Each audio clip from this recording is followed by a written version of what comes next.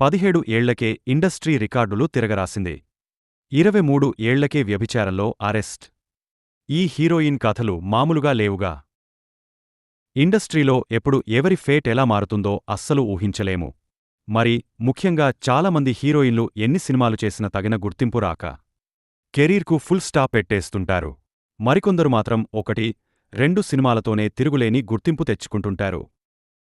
అలా ఓ heroine 17 ఏళ్లకే industry రికార్డులు తిరగరాసిన cinema చేసింది. కట్ చేస్తే 23 ఏళ్లకే వ్యభిచారంలో పట్టుబడి కెరీర్ సర్వనాశనం చేసుకుంది. ఇంతకీ ఆ హీరోయిన్ ఎవరా అనుకుంటున్నారా? ఆమె మరెవరో కాదు, జార్ఖండ్ భామ శ్వేత బస్సు ప్రసాద్. ఈ బ్యూటీ గురించి ఇప్పటి కుర్రకారుకు పెద్దగా తెలియదు కాని అసలు 17 ఏళ్ల కిందట ఈ బ్యూటీ టాలీవుడ్లో సృష్టించిన యుఫోరియా అంతా ఇంతా కాదు. మరి ముఖ్యంగా యూత్లో ఈ బ్యూటీ మామూలు ఇంపాక్ట్ చూపించలేదు.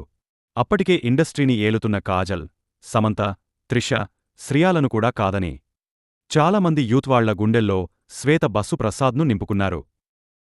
సరిగ్గా 2008లో వచ్చిన కొత్త బంగారు లోకం సినిమాతో శ్వేత బస్సు ఇండస్ట్రీలోకి ఎంట్రీ ఇచ్చింది.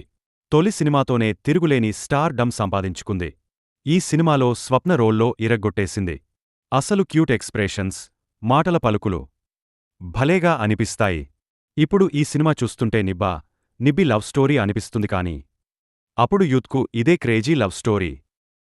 ఈ సినిమా తర్వాత శ్వేత బస్సు ప్రసాద్ క్రేజ్ ఎక్కడికో వెళ్ళిపోతుందని అందరూ అనుకున్నారు.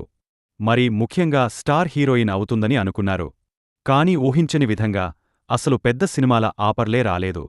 కొత్త బంగారు లోకం తర్వాత రైడ్, కాస్కో, కళవర్కింగ్ ఇలా చిన్న చిన్న సినిమాలు చేసింది. అవి కూడా హిట్టు కాకపోవడంతో ఈ బ్యూటీకి అవకాశాలు కరవైపోయాయి. అయితే అదే టైంలో ఆమె చేసిన ఒకే ఒక తప్పు కెరీర్న నాశనం చేయడమే కాకుండా ఇప్పటికే మానిపోని గాయంలో మారిపోయింది. అదే వ్యభిచారంలో పట్టుబడటం. సరిగ్గా 2014లో హైదరాబాద్లోని ఓ 5 స్టార్ హోటల్లో పట్టుబడింది. దాంతో ఆమెను పోలీసులు అరెస్ట్ చేశారు. ఈ కేసు టాలీవుడ్ మొత్తాన్ని షేక్ చేసింది. అయితే ఈ బ్యూటీ మాత్రం హైదరాబాద్కు ఓ ఈవెంట్ కోసం వెళ్తే తనపై తప్పుడు ఆరోపణలు చేశారని చెప్పింది. ఇది జరిగిన కొన్ని నెలలకు పోలీసులు శ్వేత బస్సుపై క్లీన్ చిట్ కూడా ఇచ్చేశారు. కాని ఇప్పటికీ ఆ గాయం మాత్రం తనను తుంచివేస్తుంది. ఇక ఇది జరిగిన కొన్ని నెలలకు శ్వేత సినీ నిర్మాత రోహిత్ మిట్టల్ను పెళ్లి చేసుకుంది. కాని పెళ్లైన 9 ఏళ్లకే ఈ జంట విడాకులు తీసుకుంది. చివరగా ఈ బ్యూటీ 2022లో ఇండియా లాక్డౌన్ అనే సినిమాలో నటించింది. ఆ తర్వాత పూర్తిగా ఓటీటీ స్టార్ అయిపోయింది. ప్రస్తుతం శ్వేత బ్యాక్ టు బ్యాక్ ఓటీటీ సిరీస్లలో బిజీగా అయిపోయింది. ఇప్పుడు జియో హాట్‌స్టార్ ఉప్స్ అబ్ క్యా సిరీస్లో నటిస్తుంది.